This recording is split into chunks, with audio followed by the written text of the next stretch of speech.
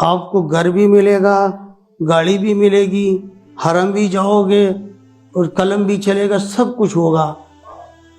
اگر 40ویں دن آپ حرم میں نہ ہوئے تو درخواست آنا درخواست سے تم جھوٹے ہو۔ اور ٹھیک 38ویں یا 36ویں دن میں حرم میں تھا، اس دعا کو اس اہتمام سے پڑھا۔ رزق کی وجہ سے لوگ بہت پریشان ہیں، اس لیے ایک دو اوراد بتاتا ہوں رزق کی فراخی کے لیے۔ یہ واقعہ مرد کلندر حضرت عبداللہ درخواستی رحمۃ اللہ علیہ کا ہے۔ اکوڑا خٹک تشریف لے گئے تھے تو مولانا عبدالقیوم حقانی صاحب ان کے ساتھ گھومتے رہے۔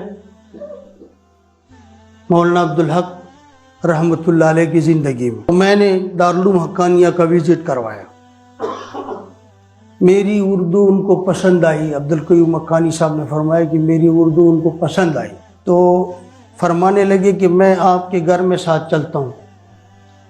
میں نے کہا سعادت ہے، میں کام سے مدرس ہوں اور حضرت درخواستی میرے گھر جا رہے ہیں، اس سے بڑی بات کیا ہو۔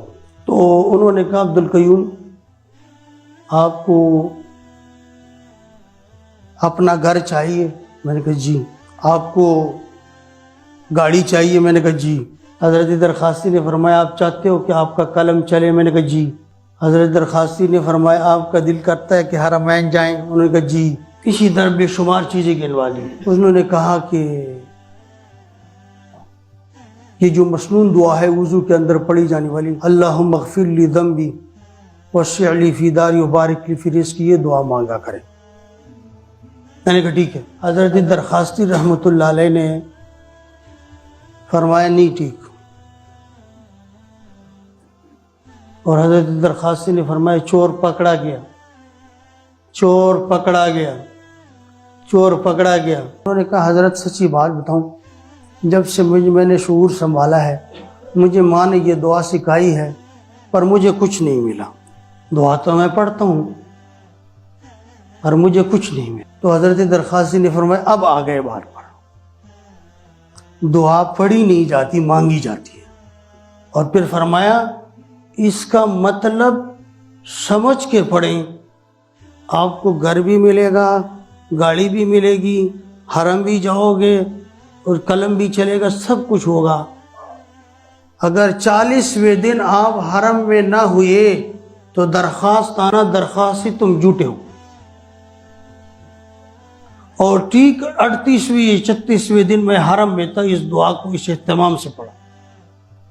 پھر ہمارے ایک شاگرد نے اہتمام کیا، وہ اسی سال حج پہ چلا گیا، اور اس فقیر نے پھر اہتمام کیا، پھر اس کو بھی اللہ نے حج کیا، حالانکہ میرے پاس پیسے نہیں تھے۔